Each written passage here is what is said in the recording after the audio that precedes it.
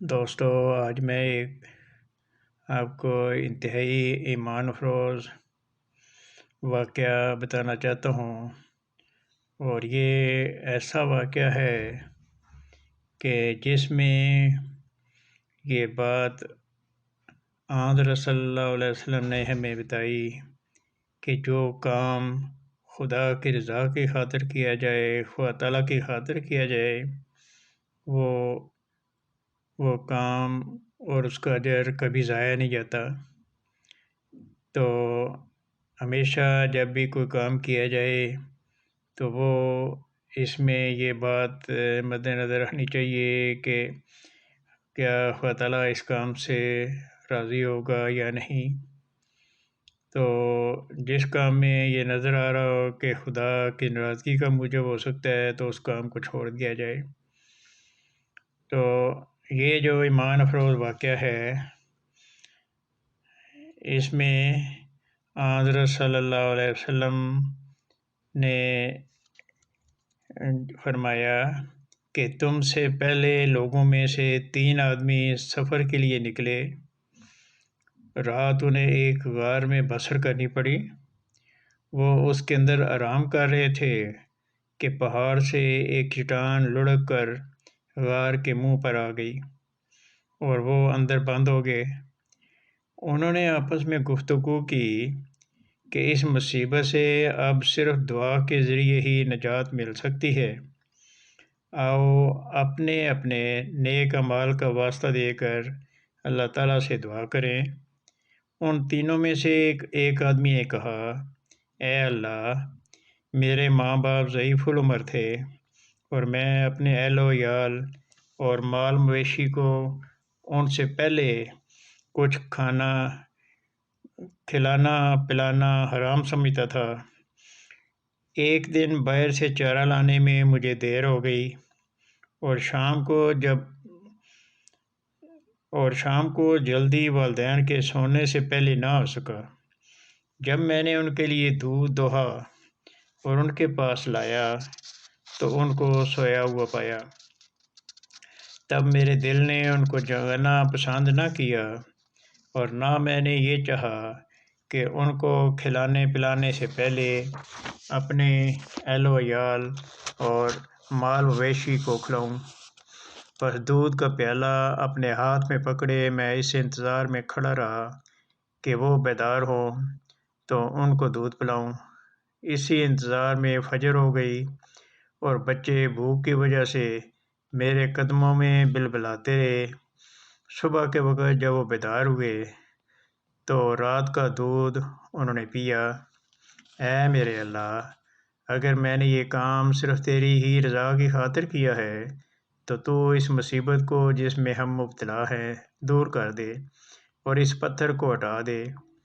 اس دعا کی برکت سے تھوڑا سا پتھر سرک گیا اور کچھ راستہ بن گیا، لیکن وہ ابھی اس میں سے نکل نہیں سکتے تھے۔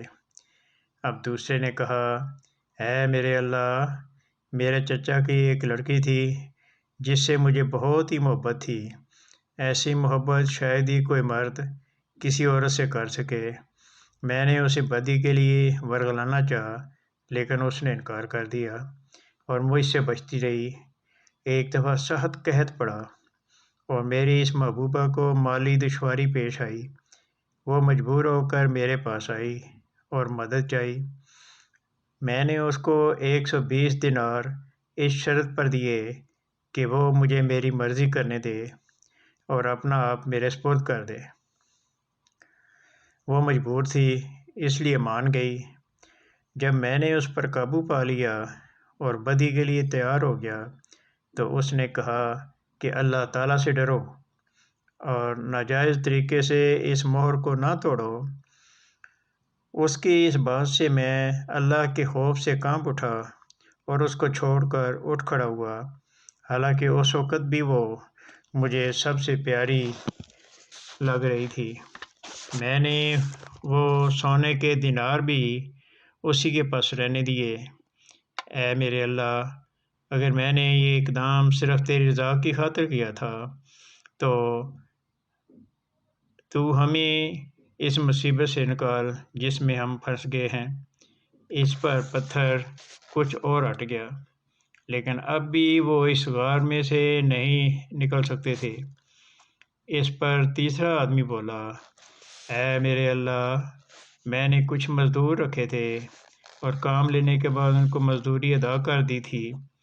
البتہ ایک آدمی نے مزدوری کم سمجھتے ہوئے نہ لی اور ناراض ہو کر چلا گیا۔ میں نے اس کی یہ چھوڑی ہوئی رقم کاروبار میں لگا دی۔ اللہ تعالیٰ نے اس میں برکت دی اور بہت نفع ہوا۔ کچھ مدت کے بعد تنگ دستی سے مجبور ہو کر وہ شخص پھر آیا اور کہنے لگا، مجھے میری وہ مزدوری دے دو جو تم نے مقرر کی تھی۔ میں نے کہا، یہ اونٹ، یہ گائیں، یہ بکریاں اور غلام جو تو دیکھ رہا ہے، یہ سب تیری مزدوری ہیں۔ وہ کہنے لگا، اللہ کے بندے، اگر مزدوری نہیں دیتے تو مذاق تو نہ کرو۔ میں نے کہا، میں تو اس سے مذاق نہیں کر رہا، حقیقتاً یہ تیرا ہی مال ہے جو کاروبار میں تیری مزدوری لگانے سے بڑا ہے۔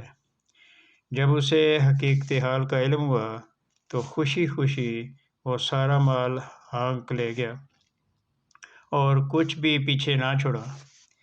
اے میرے اللہ، اگر میں نے یہ کام صرف تیری رضا کی خاطر کیا تھا تو اس مصیبت سے ہمیں رہائی بخش جس میں ہم مبتلا ہیں۔ اس دعا کی برکت سے بقیہ پتھر بھی سرک گیا اور وہ تینوں خوشی خوشی باہر نکلے اور اپنی راہ لی۔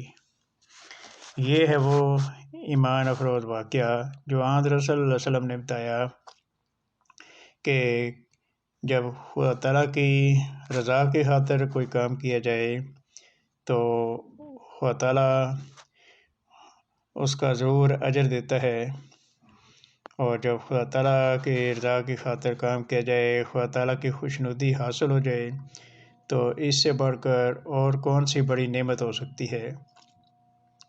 تو اگلی ویڈیو تک کے لیے آپ سے اجازت چاہتا ہوں۔ اگر میرے اس چینل کو سبسکرائب نہیں کیا تو سبسکرائب کر لیں تاکہ آئندہ آنے والی ویڈیو بھی آپ تک پہنچتی رہیں۔ اچھا، خدا حافظ۔